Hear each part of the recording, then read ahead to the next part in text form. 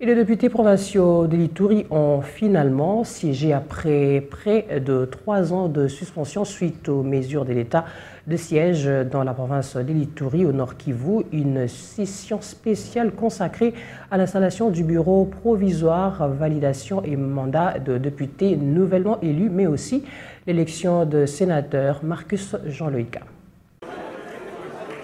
C'est Étienne Unega Ege qui va provisoirement diriger le bureau de l'Assemblée provinciale de l'Ituri. Installé ce lundi 19 février lors de la session inaugurale dans cette Assemblée provinciale avec ses 2 membres du bureau d'âge. Étienne Unega promet accomplir sa mission réservée au bureau d'âge et il a profité de l'occasion pour exprimer son souhait de voir un Ituri pacifié.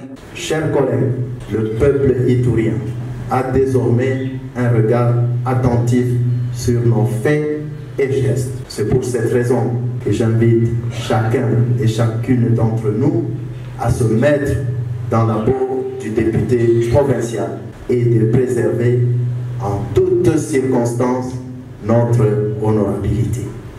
43 députés provinciaux nouvellement élus ont tous rehaussé de leur présence dans cette session inaugurale, marquée également par la présence du vice-gouverneur policier et le membre du comité provincial de sécurité. Un mandat qui ne sera pas comme les autres, les élus provinciaux se projettent ambitieusement pour cette nouvelle législature.